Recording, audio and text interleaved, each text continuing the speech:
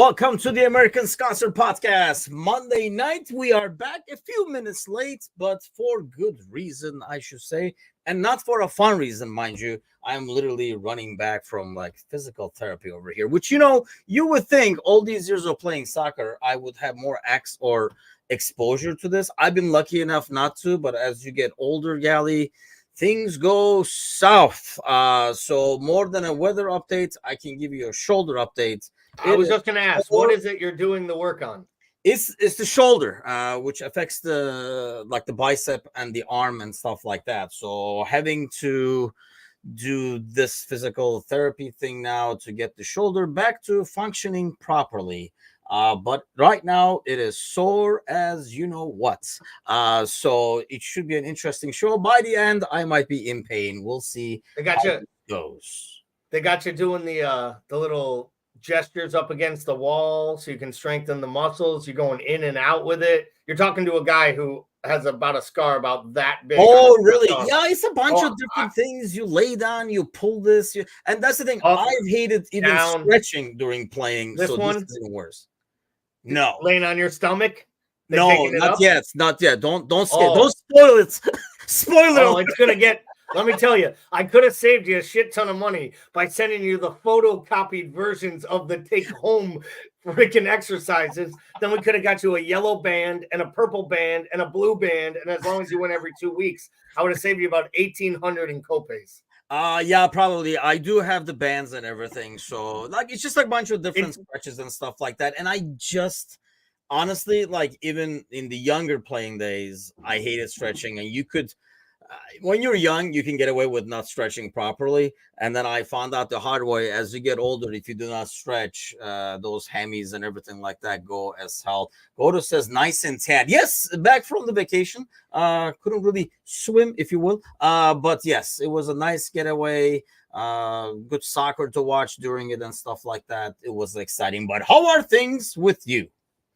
No, things are good. Things are good. Obviously, we're down Bickler tonight. He's dealing with some family stuff, so we keep positive thoughts with him. If you're listening, Paul, have a good time. And, well, we know you're not listening. You took a night off. I don't blame you. I'd take a night off from these two idiots, too. I know. Things are really good. Paul is right now playing Red Dead Redemption 2 and, fishing or hunting or something like that. Well, I mean, I will say every few minutes I get some random ass Facebook update. And I don't know if he's just caught the largest fish in the history of fish or he's playing a video game and really excited about it. But either way, I live vicariously, I guess, through Paul's backdoor woodsing that he's doing in Florida, which is kind of crazy in itself. But no, in all seriousness, things are really good for me. Glad to hear that the vacation was good for you. We got a lot to get to here. It was a big week without you. We talked a lot of turkey last week without you. I got a feeling we might do some more turkey today. So I'll let you take us where we're going, as God knows I want to do anything to talk about the Copa. I was asking for a editorial all freaking week because as I was watching that game, I'm like, come on, man, give us some editorial over here. I didn't have it in. I was afraid if I went upstairs and recorded that, I would smash this computer and then I'd really be out of work. Because I didn't have it in me. I was having a hard enough time not smashing my phone, just arguing with the idiots who agreed with me in Discord. That's how painful that was watching. But let's go into good things. And if we have 2 minutes at the end, we can talk about we'll definitely get to some international soccer, the Euros and the Copa America and stuff like that. But let's start with the main dish, Liverpool. Yep. And so we finally get the press conference that people have been bitching and moaning about for months. And the entire press conference, we were talking about it with Mateusz this morning too, was spent asking questions like, do you put your shoes on like Klopp? Do you wipe your ass like Klopp? Do you eat like Klopp? Do you like celery as well? And stuff like that.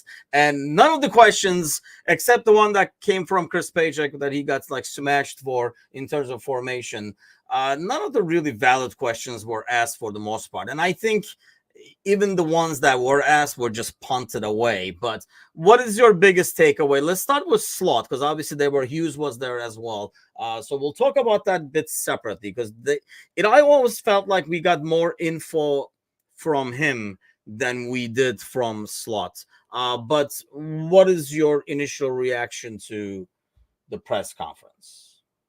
Well, I will say this. My first and most initial reaction, I'm with you, less questions about Klopp.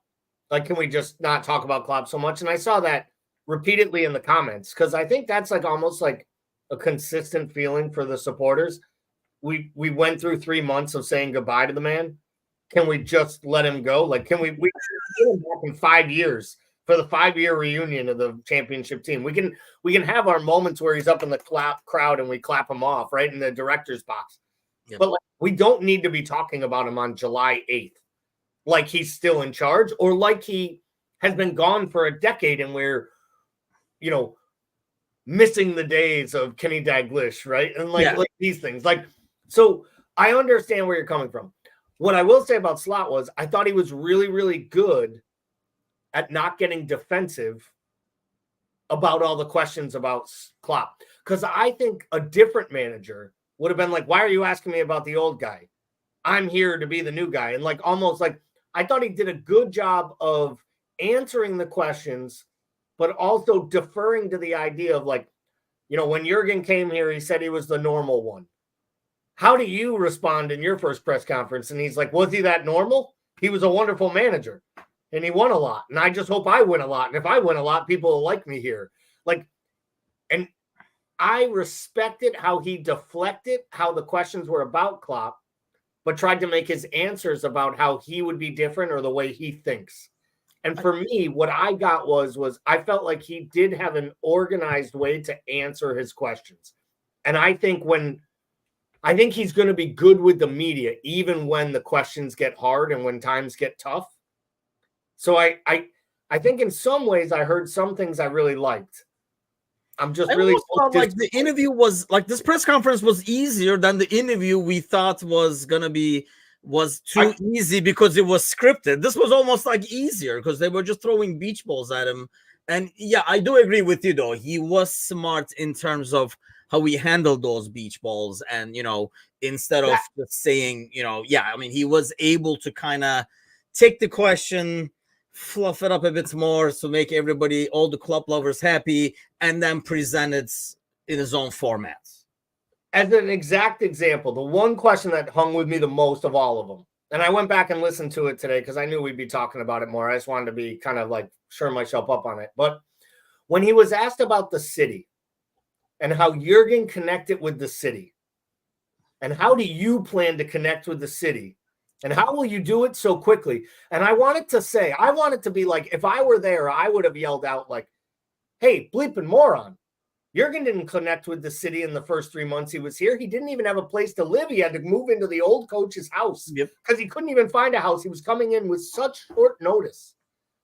So for me, it felt like what I loved about Slot's answer there was he was like, I'm going to learn the city over time.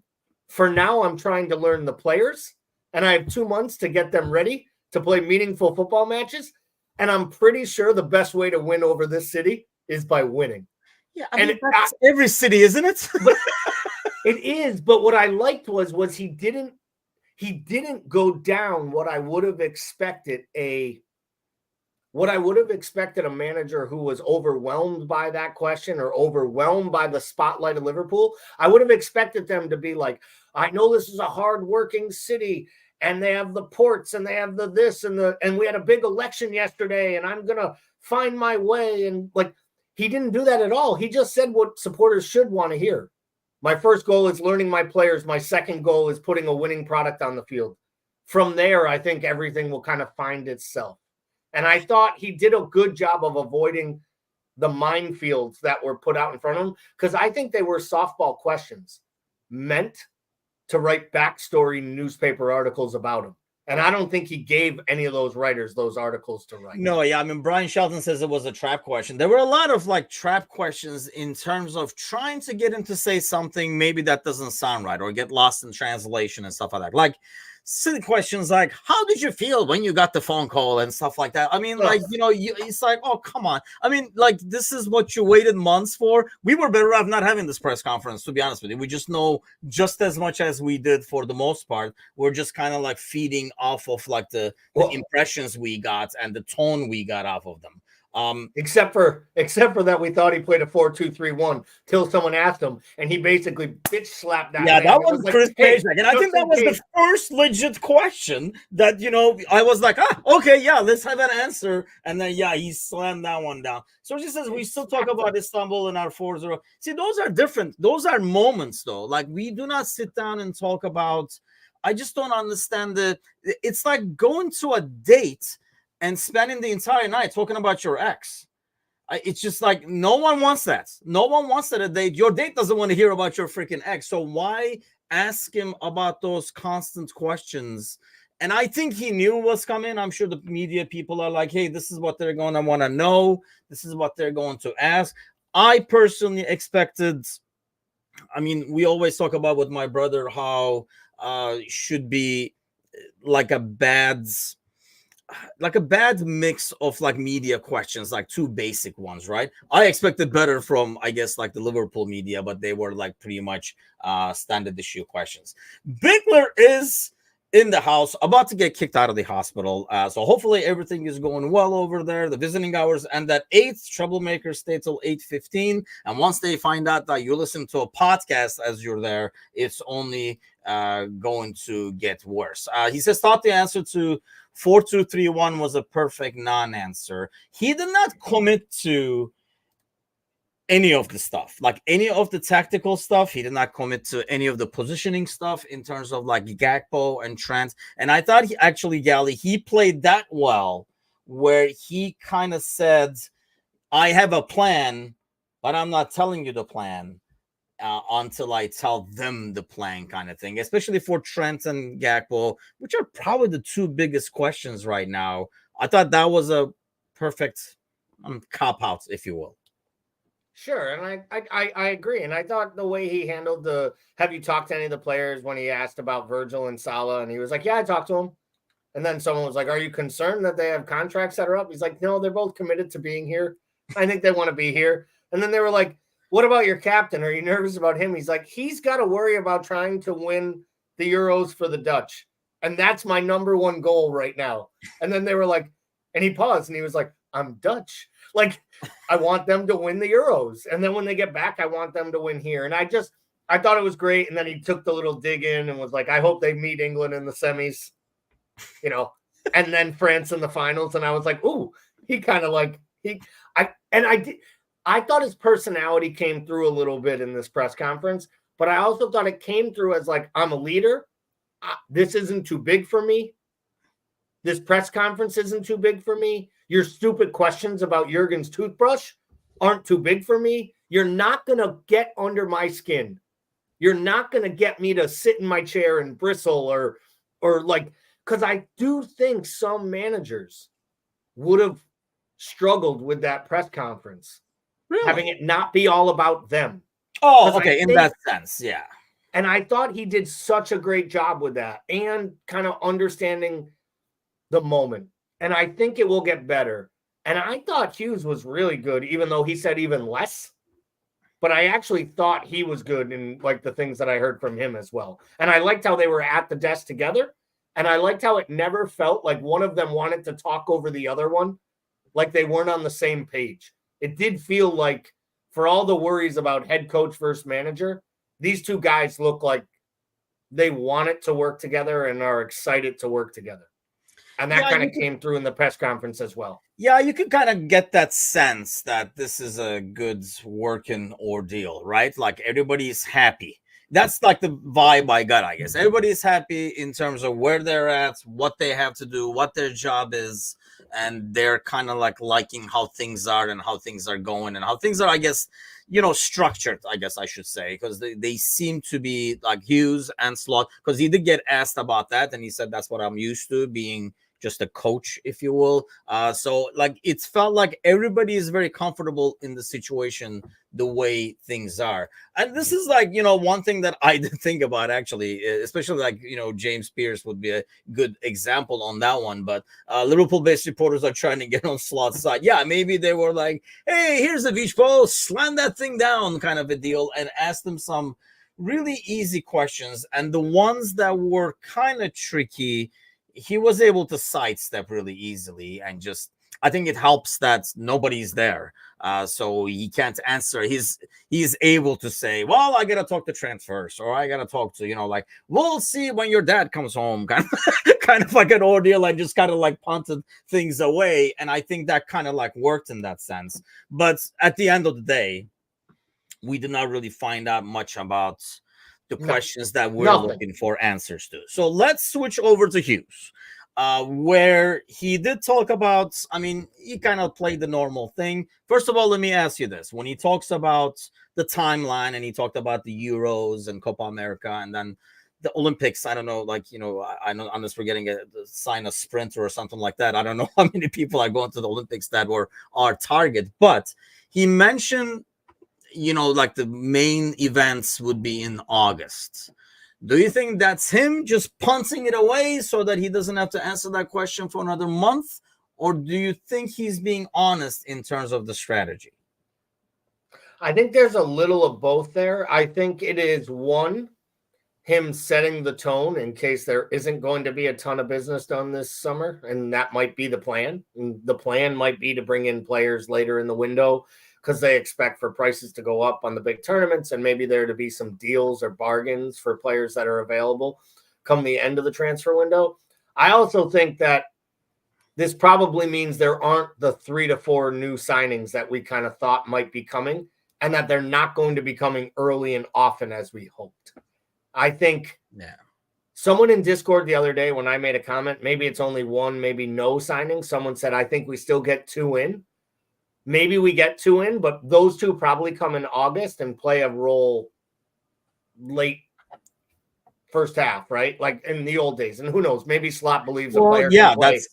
Maybe Slot doesn't think you need to be here for 6 months to know how to play the defensive roles in the midfield, right? Or maybe he does. We'll find out. I just still come back to the fact that they're saying these things because they can. Because there's not a lot of movement happening at any of the big clubs right now. The only movement that's happened in the Premier League has been from the clubs that were within the profitability and sustainability realm. They were all the ones who needed to worry about their books by July 1st. So to me, until United starts signing players, City starts signing players, Arsenal signing players, I understand why Liverpool's probably looking at it like we are right there with the other clubs. I do think you don't want to wait till the end, but I think Hughes was giving themselves a buffer, but because he knew not much would be happening for at least 2 or 3 weeks because of the Euros, to be honest, and then holidays and guys needing breaks. And I think that's a big key. Cider says August transfer is a symbolic sluggish FSG team that lacks reliable DM. Why hesitating? And I think, here's the thing. It goes back to who does he want us to buy? Who do we buy? Who is the great DM that's available right now? Here's the question, I guess. That's what I was going to ask you. When you look at the squad, and I think this is why when he said that, I'm like, okay, let's think of the worst case scenario here, where, come August, we just sign a future project or something like that.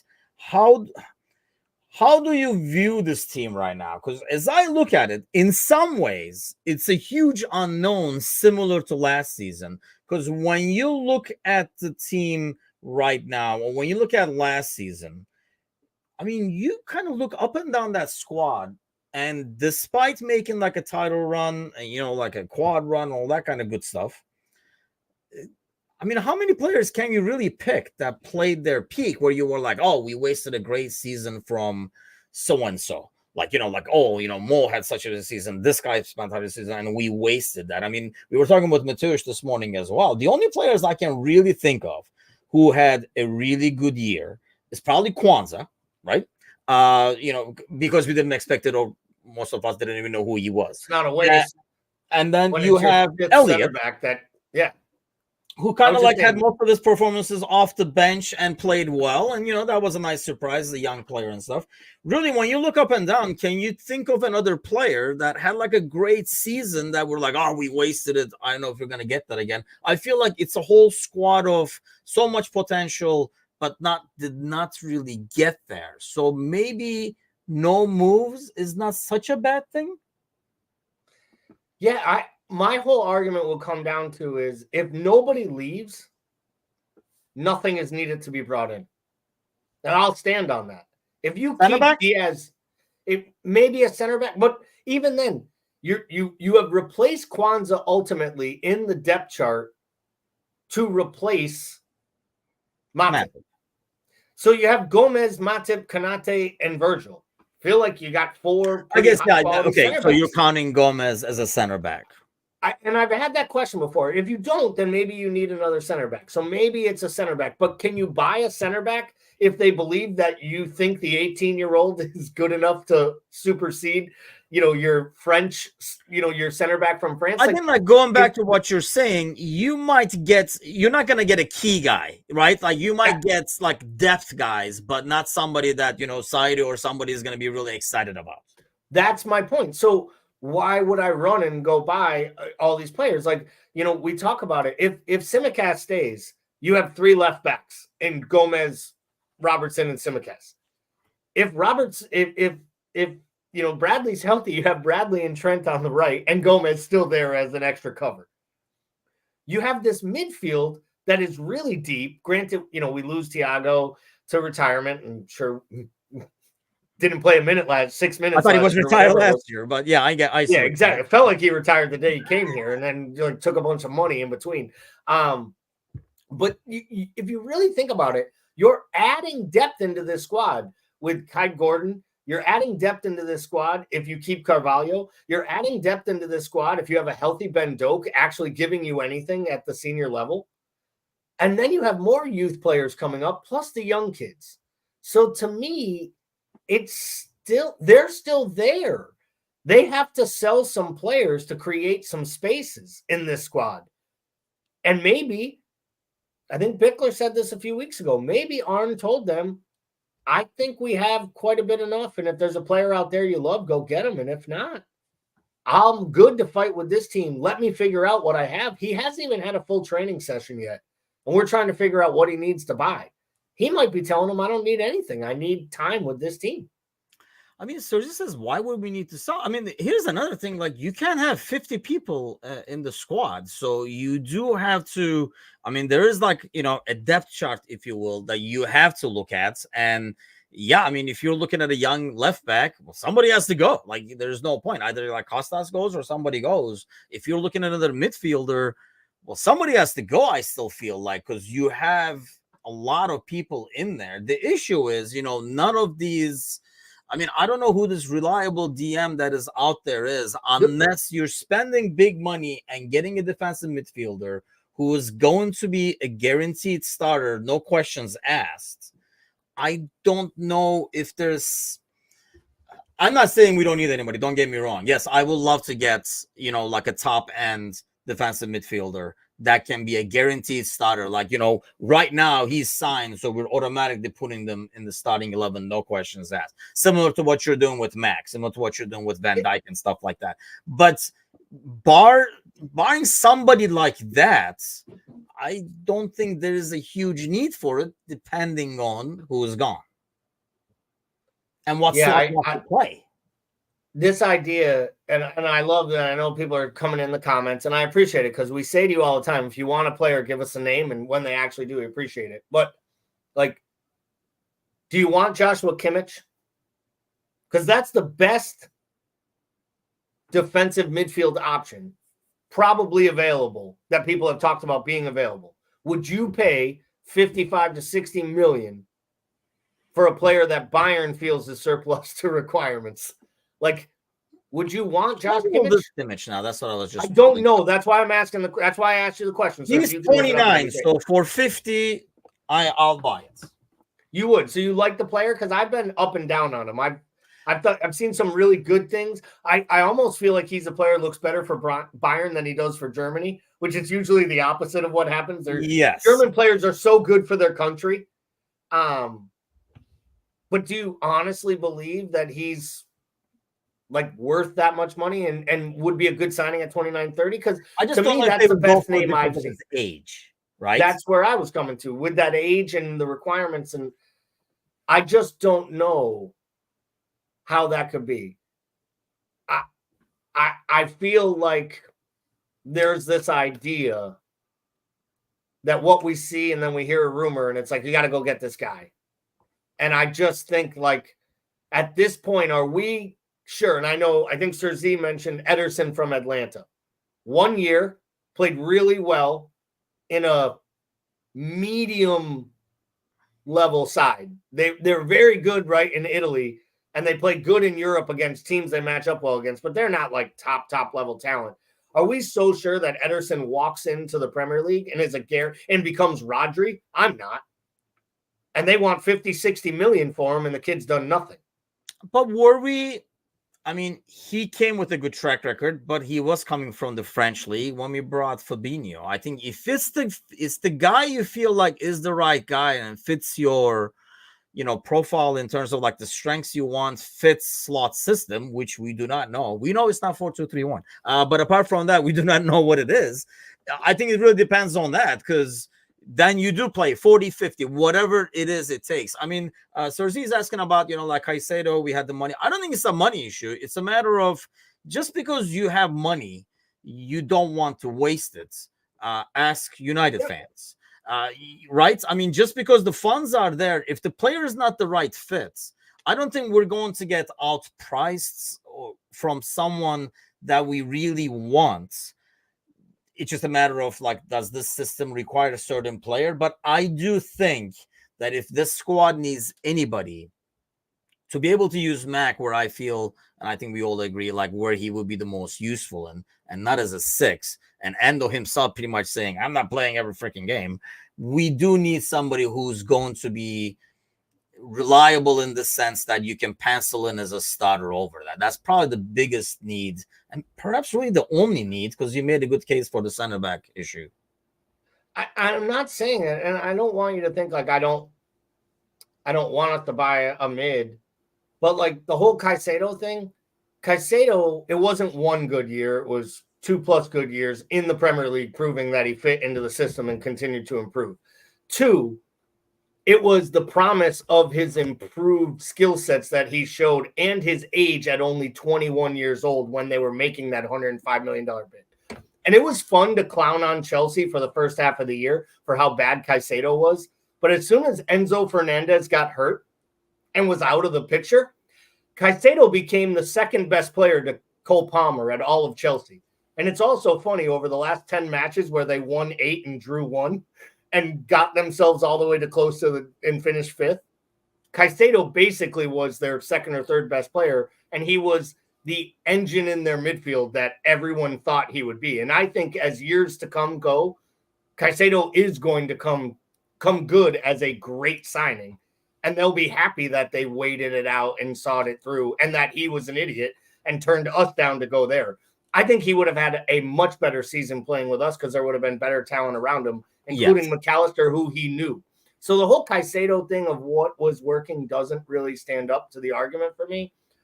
I genuinely wonder if Edwards doesn't have a little bit of a soft spot for Bajcetic and want to see what he looks like playing with top-level talent.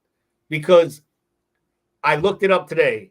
It was Edwards who signed him as a youth player from Sporting. I do think there's a reason Klopp loved him as much as he did, because I think there's a big player in there. And if you believe that player is a year away, then I don't think you spend 50 or 60 million dollars on either Bajcetic or Ederson or Kimmich. I think you wait, because I think what they're trying to prove, though, especially since he's coming from an injury. Like, normally I would be like, yeah, like if it was, I don't know, like I'm just putting like names out there, not because of the same position, but like an Elliott or a Carvalho or something like that, I would say, yeah, you're right. Let's roll the dice, see what happens. It's the injury part that really worries me with Bajcetic and availability. And you are basically filling the 6 with him, and then even more aging Endo. I just feel like you're playing with fire, and before you know it, you're going to have Mac at the 6 again. I think the plan will be to have Mac at the 6 no matter what. Because here's the thing. You can't play Szoboszlai and Elliott at the same time if Mac's not playing the 6. You can't play Jones and Szoboszlai, Jones and Elliott. I think the strength of this team is there are more attacking midfielders than ever before that you want on the pitch. And Mac might be the best of all of them, but he's also the best at what you don't have. And I genuinely think we're going to, and we still have Gravenberch. I think we're still going to see, and this is where I come back to. You can't bring a single player into this side, in my opinion, unless two players go. And I think that's what Paul's been saying all summer. Why would Slot walk in and start selling players he doesn't know what they are yet in his system and his talents? And I think unless Edwards comes in and is like, this guy's not for us, this guy's too old, this guy's got to go, right? We're getting too great of a English price tag on Jones. Now's the time to sell. We're going to take our 55 million pound profit and send him to Crystal Palace for 60 million or wherever he goes. I just don't see it. And we can throw out all the names we want in there. We're not spending 100 million on Gamerish. It's not going to happen. One, he's I don't not know. I wouldn't guarantee that it's not going to happen. I just find it like very hard to guarantee. By the way, it looks like John has captured Brian Shelton's keyboard because it says still have Gravenberg, which you do. And that's the thing. I just don't think we know either way. I mean, Ederson and Ugarte, I don't know. I really liked him. I don't know if I liked him as much in PSG, but I feel like we don't know what the system is going to be. We kind of went around for a month saying 4-2-3-1 and stuff. And obviously he's not, in some ways, he's saying not 4-2-3-1 because he does not want to simplify. And perhaps he is planning to do what he did similar to in Feyenoord, have more of like an inverted right back and stuff like that for Trent, and almost be like three in the back in possession and all that kind of good stuff. So maybe he does not want it classified as a 4-2-3-1, even though you might go out there and play like that. And that really depends about Dom Smith says noise about Valverde again, which I would be all for. I mean, see, that's the 100 million that you're like, you know what, whatever the price tag is, bring him over. And they do have an abundance, obviously, over there at Real. And mind you, I know we're going to talk about Turkey, but can we just say we missed the freaking boat on Arda that I was like freaking blowing the horn for like months over here, and we kind of missed the boat on that. Let's not miss it on Ferdi Kadıoğlu, by the way, at the same time. I came on this podcast with you on like my 4th or 5th ever show or whatever it was, and I remember asking you about this kid I watched play, this 18-year-old Arda, whatever. And you were like, oh, the kid's going to be dynamic. Kid's going to be amazing. And I was like, all I know is I watched like highlight reels and I was just blown away by the guy. And that was 3-4 years ago as like a youth player in the setup at Fenerbahce. Turned into a great player. You guys have some crazy young talent in that setup. And we can get to the Euros when we get there. But I do think when we talk about guys like Valverde, I think there's a difference. I think Liverpool supporters want us to spend a boatload of money on whatever there is out there and just buy us a player. A player like Valverde, I steal a line from the American sports. I will back the Brinks truck up. I will write the blank check. And Madrid can fill in all the zeros and the words, right? And I will spend FSG's money. But if you want me to pay a bunch of money for a guy who just went to PSG for big money and couldn't play defensive mid in the French league, okay, wasn't good enough in the French league to the point they're thinking about selling him to United? No, I don't want him at Liverpool. And he would have been a waste of the 50 million that we would have had to pay for him that PSG did. But that's rather roll with a kid. Like, when you were saying earlier, you don't think, I think, if the right player is there, right player, similar to Caicedo, I think the money is there. We would spend it. 80, 90. I don't think money is not an issue that everybody tries to make it to be. It's more about, it's not about price. It's about value. Are you going to get your money's worth for that? Or are you going to spend money on somebody just because everybody's saying up and coming, or you saw him do a couple of things in the Euros and his price just suddenly went up another 10-20 million and stuff like that? I do think, if you get a guy like Valverde, I think you do spend the money because you know exactly what you're getting. You know what he can do at the high level. And really, it solves a lot of freaking problems in the squad. We all go back to kind of like not knowing exactly how we're going to line up out there. Number one. Number two, we do not know. Obviously, Hughes is saying, yes, everybody wants to stay here. We want to stay here. I invited him over for dinner and stuff, but we do not know what we're still going to happen with like Mo. I think it's a good sign that he did come back and he's not going to the Olympics along with like Van Dijk and Trent and stuff like that. We are not sure 100% on what's going to happen over there. Do you see somebody? I know you mentioned Jones earlier, but do you see somebody else perhaps leaving at the right price that maybe we did not expect them to leave? I mean, Diaz, obviously, his name is being thrown around, and I think maybe becomes more and more expendable every time you watch Gakpo play left wing. He becomes less and less needed the more you see the player finally playing in the position that he was supposed to be at all along. We were talking about it the day they signed him. Wow, this is weird. Signing another left wing in the middle of January. We just signed one last year. Maybe it's to cover until he gets back, and then he gets back and he's playing the center forward position.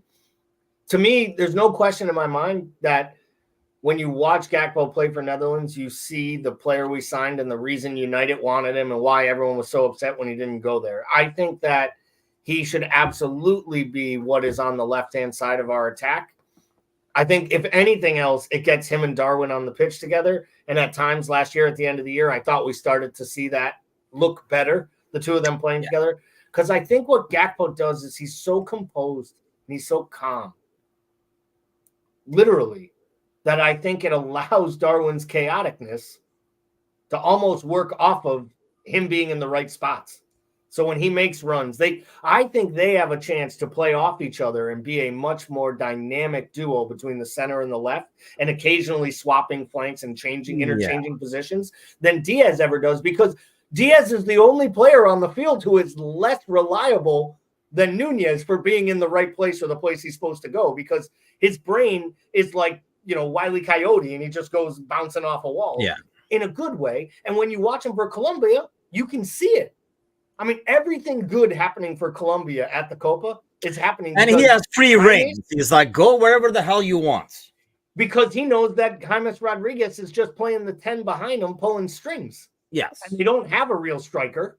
So it's just all over the place. I think if there's a player that gets sold that blows my mind and shocks me, honestly, it will be Darwin, because I think he is a guy that actually would have a market out there, though we would never recoup enough money. And what would shock me about it is it would mean we were giving up that early on a player with a lot of high upside and hasn't delivered yet and can still deliver at his age. I think Diaz going for the right price wouldn't surprise me. I'll be shocked if Jones gets sold. I kind of threw that out there kind of like tongue in cheek. I could see Carvalho being sold before Jones. I could see some of the bit part players, Simicast. I could even see a guy like Gomez looking to move, because he gets out of sitting on the bench for the entire Euros and says to himself, I'm 28 years old, I got a 3-year contract, and I'm third center back, I'm the fourth center back, third left back, or third right back, and second left back. What the fuck am I doing here? I could be starting at West Ham, and West Ham defenders get into the England setup. But see, that's why I would rather move Costas if we can, as opposed to moving Gomez. I'm just giving you an example of a guy I hear you. Might ask to go. Mo is the big one. Do you believe all the stories we're reading that there's no chance Mo goes, or do you think this is paper talk to make sure that Al Ahly knows you have one option? Do you want Kevin De Bruyne or do you want Mo Salah? How much money was that? Was that like? Were you making up a team name over there? Wasn't that the name? Al Ahly or Al Hilal maybe? Oh, you I just don't know. made that I can't up, bro. pronounce these things. They all go AL dash, and then it's what fucking owner of what fucking sovereign wealth fund nation is talking about. I think it's basically gives, if we're out there saying, hey, we got to move this guy, obviously it's not a good marketing position to be. I think we're kind of keeping an open mind, if you will, or an open ear. So we're saying, we're cool the way we are. So it will really come similar to what they did last year. It will take something special for him to be pried away, because that's when you're going to get that offer that's going to be more special as opposed to you saying, yeah, he's kind of like excess and he wants to go to Saudi Arabia. How much are you guys going to give? So that's 60, 70, maybe becomes 90, 100 or whatever the case might be. Dom says, I don't see negativity. I don't see the negativity regarding Gomez. Yeah, I mean, that's one of the probably. But here's the thing. I think even with Gomez, and I do definitely agree. I have been a Gomez apologist for years on here because I think he gets the blame on everything that goes bad. He's basically replaced Lovren admirably for taking all the blame for anything that goes wrong in defense. But I think that's what I was asking you. Like all these players that we talk about having a good year last season, are guys really young or guys that we didn't have high expectations for anyway? Whereas all this money spent on the squad in midfield, up top with Nunez and stuff like that, have really underperformed last year. So if you're able to achieve what you did with an overall, if you look at an underperforming squad, maybe I think that's one signal that maybe you do not need a lot incoming. And maybe that one piece, like Valverde or whoever, is what you need to add. And then let Slot figure out what he needs to get rid of by January or whatever, or at end of August or something, where he says, you know what, this guy's never going to make it. This guy's never going to make it. And that's when we sell. I'm starting to think we get a backup keeper and potentially a center back, and literally that's it.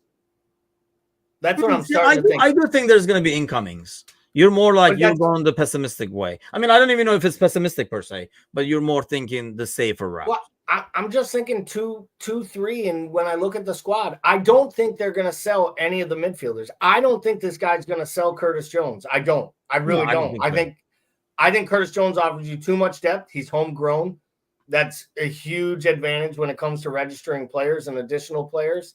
You're already probably going to have to sell Kelleher, who considers as homegrown. So I'd hope they find an English backup keeper. Like I've been saying all along, Kazi was the first one on this train. I think he's spot on. If I were Liverpool, I'd be going to Southampton. We have good working relationships. I'd be buying McCarthy, their starting keeper of last year in the championship, because they're going to start the Irish kid, Bazuna, now that he's healthy again. And I'd get a guy like that and get a journeyman Englishman who's considered homegrown. Yes. And make him your backup keeper. And he's proven in the Premier League. Let one of these kids be your third keeper. And then we have one piece there. I think from there, it's maybe a center back, maybe one midfielder. But unless there's outgoings, I just don't see where do we change the attack. I don't think we do if a player doesn't leave. And I don't know that we overly invest. I'm starting to think it's a quiet season, quiet summer, leading to slots. Kind of maybe you buy him a player or two in January, and then next summer is the summer he gets his squad overhaul. He got a full year to work with people, pull people out. Maybe he decides Soboslai doesn't fit the league, doesn't fit his system, and you sell. Maybe he says, can't do it, won't do it, to steal a line from your 49ers, right? The old Vernon Davis thing. Can't have him, can't coach him, can't win with him, right? Yeah. Like it was the most damning thing ever said about a guy. And at the time, he was the leader of the entire locker room, right? But I don't think Mike Singletary was wrong, because in his mind, he didn't believe he could be there for the betterment of the team. So they shipped him out and the team got better. I don't know if they got better on the field, but they got better without him. And I think sometimes that will be what happens. So I think this is going to be a crazy year for us. I think this could be a more quiet summer leading to a much more tumultuous 2025, which probably sets the slot era forward. And I don't think that's a bad thing, to be honest. No, I mean, that's what I'm like. That's why when I was thinking about, is it a bad thing? I kind of looked at the squad and see what we had. I know it does not make you extra optimistic going into the new season, because it leaves you a lot of question marks going into the new season. By the way, Dom over there crushing dreams saying, but then maybe he just signed it so he can make Southampton some money on the way out. So I'll put a positive. That's the way we talk when we want a player. If it was the opposite, we'd be like, shit, he's staying. But I think, going back to like what you were saying, it's not necessarily a bad thing. It just leaves a lot of questions on the table, because now you're relying on what Slot can get out of these guys who who did underperform. And maybe some of them were, like Saito was saying, because Soboslai did not fit the system that was already there. Gakpo always played out of position. Mac always played out of position. And, so as Slot puts the pieces together, I really do think, and I do agree with Dom, once the Copa and the Euros are over, there will be a ton of transfers. And I think that's why Hughes was kind of honest with what he said in terms of August is going to be the month where this tournament is going to end. We got like a week and a half left over here, right? Once the tournament ends, this coming weekend it ends, right? Yep. Yeah. So once, like the tournament ends, these guys will be on vacation and stuff like that. You'll start the movements. And then once the dominoes start falling, I think that's when Liverpool steps in and, gets a piece that might be what they've been looking at all along. I think we go back to 2 months ago, 3 months ago. I personally do. And I think, we talked about it before, you do as well. We have overall faith in Edwards and how he runs things. So even if they didn't do anything, I'm going to be like, they must know something I don't. I might not be very optimistic going into the new season and saying, oh, this team is a title contender and stuff. But then again, we weren't last year either. We didn't know what the hell we were getting. I think it will be another season of not knowing what the hell we're getting if there are no newcomers in. We also went, other than we got McAllister early, we got shocked by Szoboszlai on July 2nd. Nobody saw that coming. I don't care what anybody says. They were like, what? We're paying $70 million up front for a player? Like, and then, of course, someone at FSG's office was like, what? We're paying $70 million up front for a player? Like, someone gets Schmack on the phone. Wait, he's smoking a cigarette out back with Klopp? Oh, shit. No, but I mean, that's what happens, right? I think we went into it last year. We were very surprised. I think this year we should understand what's going to happen. It's going to be a lot like it was the last 2 or 3 years Edwards was in charge.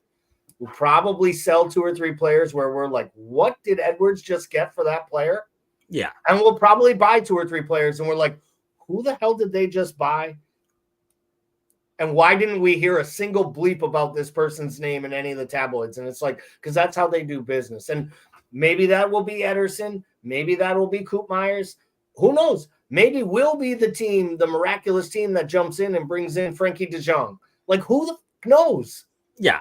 And I think that's why, once the dominoes start falling, once people start signing people, is when we kind of sweep in. And Serzi is right. A new coach and a coaching team itself is the biggest impact on the existing team. Especially, I think we all agree that we had a lot of players who we were trying to put the square peg round hole ordeal, and we did not get the best out of them. Or you got glimpses of it, got your hopes up, but it was just glimpses, and it didn't really fit at the end of the day. You named 5 different players that were like, well, we can't get the best out of Nunez. We can't get the best out of McAllister. And you can't get the best out of Diaz. Or you're not getting the best out of Szoboszlai. And we need to find a way for Harvey. And it's like, it's funny for a guy that everyone was so worried about leaving. Almost every single player had all these questions about, like, why is Gomez playing left back when he could be a center back? Why is Trent playing in midfield inverted when his best? So Klopp made all these decisions, and I don't think Klopp was wrong. I think this is what happens when a guy stays somewhere for 7, 8 years. It's hard to keep doing things the exact same way you did the first 3 years. So Klopp kept trying to reinvent things, buy new players and change things, but he never actually changed the way he played or what he asked of any of those players. I just changed the personnel more than anything else. I agree to that. And I think it goes back, you're talking about the time.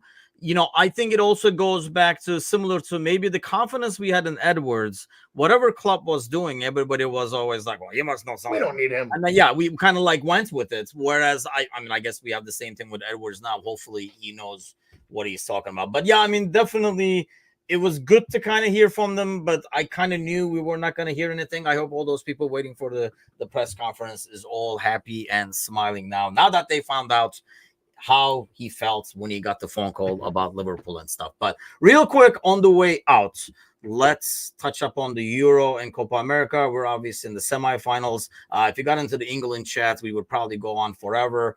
Real quick, I'll touch up on Turkey. extremely proud. It kind of hurt, basically because they got the lead in that game, and I honestly think, and we talked about it a little bit this morning as well, the refereeing being brutal in that Czechia game on those yellow cards really hurts more than the guy they suspended for making emotion with his hand and stuff. It was more about the suspensions we had in midfield because they just got tired at the end and they could not pressure the ball, and the Netherlands was about to score. But I mean, it doesn't always pan out that way. You can always look into the future and be like, oh, this is going to be great and stuff. But I mean, you look around the Turkey squad, and man, like Arda, Kenan, Ferdi, and I mean, Orkun is still a young dude. There's so many good young pieces there, and they were missing Soyuncu and stuff like that. They're missing Enes Ünal, who's at Bournemouth now full time. So with those, and that Semih, the kid that came in at the end, he's something as well. Too bad he plays for Besiktas, but he's like an 18-year-old striker that, you know, everything he touches turns into gold in the Turkish league. That's for sure. So it's very promising. I did not have high hopes. I thought getting out of the group was an achievement. I didn't even think they would do anything against Austria. And they played extremely well defending. And I think it's a good tournament team more than anything else, Gally, because they can defend well. I think we're seeing in these tournaments, same thing with Copa America, but especially in the Euros, when you get all these different people from all over the place, it's a lot easier to have them be compact and play defense as opposed to play attacking football and be able to break down those defenses, because it's a lot easier to keep shape and keep everyone on the same page defensively than getting combinations and stuff going, attacking to break down that defense. Totally agree. I mean, let's be honest. Do you realize that France right now is in the semifinals without scoring a goal from open play? It's crazy. But why are they doing that? Because William Saliba has been the best player in this tournament, and he is basically shut down whatever attacking threat their opponents have had for the entire time that they played. I mean, I won't be shocked if France wins this thing and doesn't put a good performance in the entire way. I could see them beating Spain tomorrow, 0-0 and getting to penalties, or winning 1-1 on an own goal and getting to penalties. And who knows what happens with Netherlands or England. But I think when it comes to it, I think you're spot on. Defense obviously is a better form of offense in these tournaments, especially with the fact that players are just so tired. They're playing so much football. You can see it. This has not been a great tournament. I think it's been an entertaining tournament. I'll say this to you. Thank you, by the way, for bringing your Turkish side. Thank you. No. You brought the kids. You brought some of the best young talent that Europe had to show. And it's not just Ferdi and the kid from Besiktas, Semih, and Arda. It's also, I mean, the Yildiz guy, there's a bunch of players that are doing things all over the place, and you can just see their talent. More importantly, your fans, your supporters, mainly because they live amongst all of Europe. They have just left Turkey and they just live everywhere else. But they took over this tournament. They were by far the biggest, most fun story. And I know we've talked about this where you're like, everyone in this tournament is against us. Usually the refs are against us. The media is against us. The announcers are against us. The supporters in the crowd weren't against you. And the fun from the neutrals that actually love the game, they were not against you, because everyone I talked to and everyone in my pub, which basically means everyone in the bar I show up to and put soccer on, that go, why the fuck are we watching soccer? They were rooting for Turkey in every game that it was on. Because the crowd was into it. The guys were into it. And you guys are ready to start a war on the pitch at any one moment. Yeah, that's good to see. Yeah. No, it makes you entertaining to the neutral, right? But I will say this, because I know we're coming up on it. I thought they were really, really good. I do think Netherlands deserved that match just from the play on the field and the talent they have. Real quickly on England, I know we love to shit on England, and we do a ton of it in Discord. And if you guys aren't in there, you should join our Discord because it's really fun. Except for people like Dom and the English folks out there rooting for England. You want to stay out of our Discord till the end of the Euros. But that was the best performance England's put in yet. And I know it wasn't great, but it was a decent performance. It's a low bar. More importantly, it's a low bar. But everybody shits on Southgate for not changing things. Then he changes things and they still shit on Southgate. Then he takes out players, like he makes moves. They won the match. They got to the penalties. They took the kicks. And honestly, as a Liverpool supporter, I am so sick of the apologists about Trent. He didn't play good for the first 2 matches in this tournament. It wasn't his fault they lost any of those games. He shouldn't have started them in a position that isn't his. Yeah, But I mean, why would you play the him, guy in a got position better. that's not, his natural position in a system where nobody knows what the hell they're doing because it's the national team in the first place? And that's my point. So I don't think Southgate was wrong to go to Gallagher in the third game. I don't think Southgate was wrong to go to Manu in the first game of the knockouts or the second game, because I think he's been one of their best players on the pitch since he started playing, the young United player. I thought he should have went to Trent earlier, but him going to Trent with 5 minutes to go was because Trent went to him and said, I'll take a penalty. He had faith in Trent and he put him into the game and then let him take a decisive kick. I buy none of this. He was trying to set him up to be a scapegoat. Not set him up, but that is a very douchey move. That is a very douchey move, I personally think. He didn't pick the lineup. The players picked it. Then he should quit and give his wages to the players. No. The players picked it in almost every. You know that the French manager had no say on any of the players. He had no idea that Saliba was going up second to take the penalty. Deschamps said he goes into every you're talking tournament. about the penalty. Yeah. I'm talking about. I honestly did not understand in the weakest. I mean, England has been, lucky to be one in the easiest group, 2 in the easier side of the brackets overall, to come all the way to the semifinals. And having seen those matches, I don't understand why he did not play Trent as right back, because you can deal with Trent's defensive deficiencies against Slovakia and shit like that. Like, you could have easily, and he could have created a lot more for you. And he was already the top creating player, even though he did not play. I agree with you. He did not play well as midfield, but that was, like you said, was not his fault. I was calling for him to start. I just think when you come off of that match and you watch the match, when you watch back that match, there's not much that Southgate really got wrong. Let's be honest. If Harry Kane's finishing chances that he gets and Foden does anything over 5 matches, but that's on Southgate to not keep trotting him out there. You're not going to go against Kane. Trent out there in midfield and making that change, as you should, like you said. Then you got to make it. I'd go to Gordon. I would have went to Gordon. I would have played Palmer more. And I still think they should. I think there's an argument that against the Netherlands, they should drop Foden because it's easy now. You've been given reason to drop Foden. Clearly, he's not going to go to Gordon because he doesn't care about the pace behind. There's no chance he's going to drop Kane, right? We're all in agreement with this. And he probably shouldn't. He probably should start Tony with Kane, but he won't do it because Tony is the best sub he has off the bench. I mean, that penalty is just ice cold. Like, I mean, it's so good what he does when he's on a penalty. I just think I will not be shocked at all if England wins 2-1, 3-1 against the Netherlands. Yeah. Finds a way to win this tournament. And then everyone just goes, oh, well, blah, blah, blah. But at the end of the day, the goal is navigate 7 games and leave with a trophy. And if Southgate does it, he's successful. Because all I've heard in our Discord channel is that he's been a bum the whole time he's been there, even though he's made it to a Euros final, a World Cup semi, and a World Cup quarter. So if you get to it and win, you can't have it both ways. You got to pick a side at one time. I'm not saying he's a good manager. You're either that's the thing, though. I mean, you're basically saying, anybody could have. I could then put Stitch there and put his paw on the lineup with the squad you have. You're going to get to the quarterfinals or something like that anyway. It's getting there, but at some point, if you don't give him credit for getting all the way to the final of a tournament and losing on penalties, well, then you got to give him credit even if they don't play good and they get to the final and win it.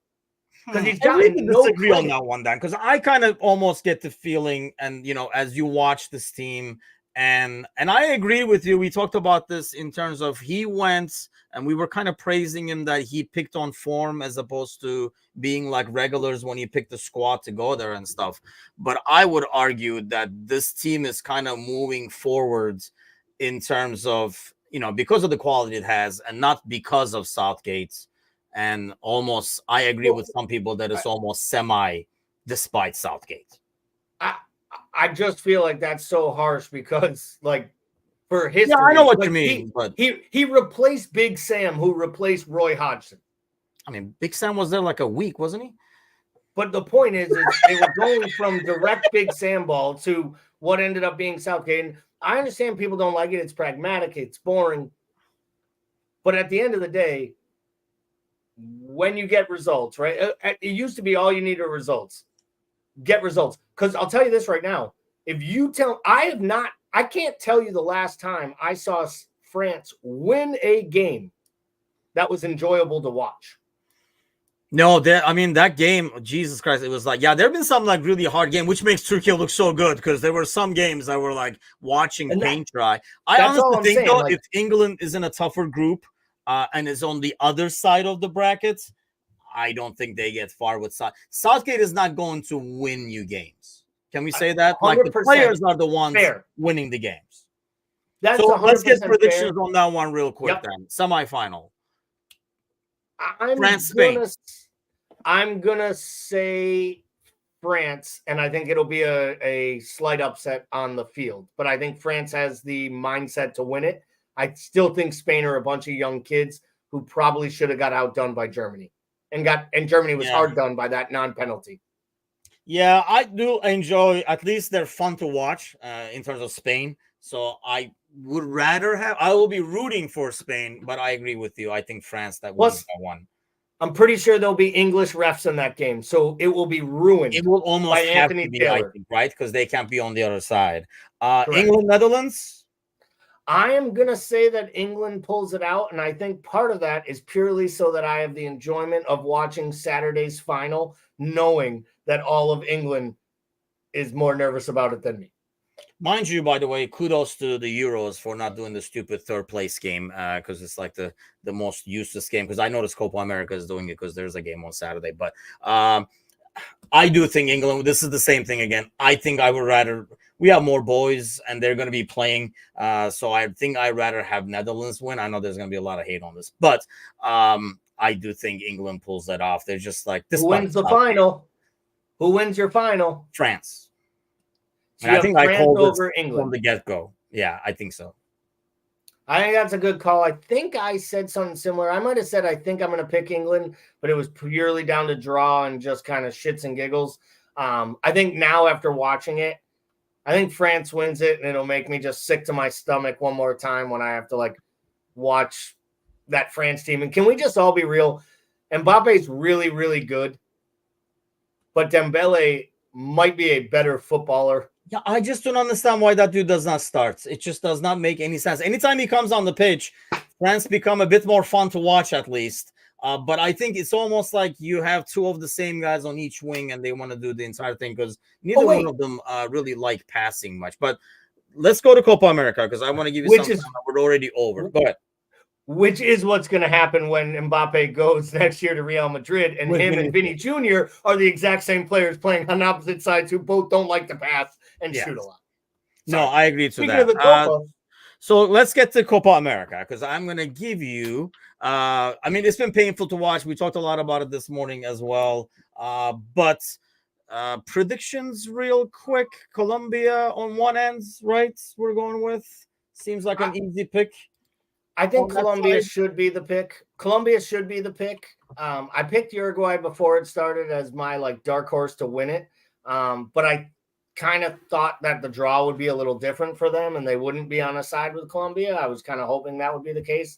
First of all, can the Copa people explain to me why teams are playing each other in the semifinals that were in the same group and they aren't on the opposite side of the bracket? Why is Canada playing Argentina and they've already played in this bleeping tournament before the final? All right. They didn't even have like a best third or something that the Euros had because you could kind of understand it in the Euros. But there's no excuse. Colombia or Uruguay on that side? I'm going to take Colombia because I think they've played better. I will root for Uruguay because they're like angry people and I'm an Italian and that just kind of makes me. They are very angry. I don't like the way they play, though. I'll be honest. Yes, that's they're angry. They're dirty. Colombia's pretty. It's going to be brutal. Colombia is tough too, but at least they have some flair with James and Diaz, and we have the Diaz. I think Diaz has been the best player in this tournament, maybe outside of James Rodriguez. On the other side, I am going to take Argentina because they should win this thing outright, and I think McAllister's been outstanding. But can we just give it up to Canada? I mean, it's a good result for Canada to get out of their group. It's even better for them to win a knockout round. Good on them for pulling that off. And I'll say this. If Canada finds a way to beat Argentina and make it to the Copa America final, it will be the biggest win of a North American football side in 50 years. Yeah, I don't see it happening, mind you, but I do. No. I'm just. Yeah, Argentina for the repeats. I mean, I'm thinking Argentina, Colombia, and Argentina for the repeat. Hopefully, Ace is not watching or listening because he's Colombian. That he will hate me for picking Argentina. But I will give you 60 seconds. You will be on the clock. We'll do like a crappy ESPN segment. 60 seconds to unleash your hate and fury on the U.S. national team. I should time this. Everybody should time this. Get your clocks out. Stopwatches out. 60 seconds and go. How about them U.S. men's national team? It's an absolute fucking joke. And your time is up. The biggest joke about this national team is the federation itself and the setup. How they pick the coach, how they hire the coaches, and how the players get there. This is an outstanding group of American players. They didn't acquit themselves as well as they should have at the Copa, but they weren't terrible. They had moments of actual good signs. Pulisic actually showed up and looked like the best player in the United States men's national team for the first time in a long time. I actually thought he was taking the game physically to opponents and attacking. Nothing helped him more than going to Serie A and finding confidence that he could attack class players. And he did that in the friendlies against Brazil and Colombia as well. But more importantly than anything, we talked about Canada a few minutes ago. The manager of Canada, Jesse Marsh, should be the United States men's national team manager. He wanted the job. They screwed him over 5 different times on it, and they passed on him. And honestly, they'll rue that decision. They need to make amends now. Remove Greg Berhalter. Find a progressive coach who can take these players forward. I've said this before. I'll say it again. Everybody was excited when Jurgen Klinsmann got here as the manager in 2014, and they were right because he wanted to progress this setup. Yes. He needed to be the manager now. He was 10 years too early. This setup would do great with him as the manager. Go find a European manager who has a mindset of tactics, who can instill in players value, and find an American voice on his staff to bring in the steel that the American player needs, because I do think they need that. Stop letting the players pick the fucking manager. You're a goddamn country. The players don't get a say.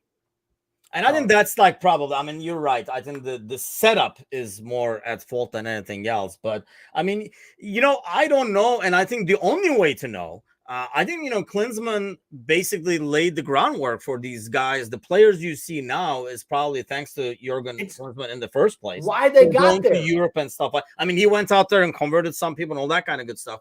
But I think convert more. Be able to know that's, because Turkey had this 3-4 years ago. They were like, oh, these guys are all playing in Europe. They're all better now, blah, blah, blah. We're going to be so much better and stuff. And I think somehow it got, maybe these players are not as good as they are, constantly being told they are. They're like the golden generation. But I think the only way, I agree, the only way to find that out is with a different manager, because with this guy, you're just not getting it. And I think that is part of it when you're like, oh, the guys really like him.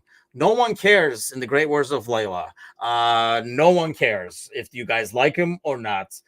Just go out there and play. It's your freaking job. It's your freaking duty, and do what the manager says. I think that's like the biggest issue. You're right. But you went way over time, and God knows we went way over time. But a lot to talk about this week, obviously. And just imagine Bickler is not even here. He's in the background somewhere catching fish in Red Dead Redemption, I'm assuming. But we will be back. I will be back Wednesday morning with the morning crew. The morning shows are back. There's a lot going on with Patreon this month as well. So stay tuned to that and do us a huge favor. Go spread the word. Actually, Gally shortly will be doing an interview with the Sporter Club of Philly. We'll be getting some information about the summer tour and stuff like that. So head on over to Discord, follow us on YouTube, support the cause, and we'll get you the info. But have a great week, everybody, and we'll see you guys next week. Take care.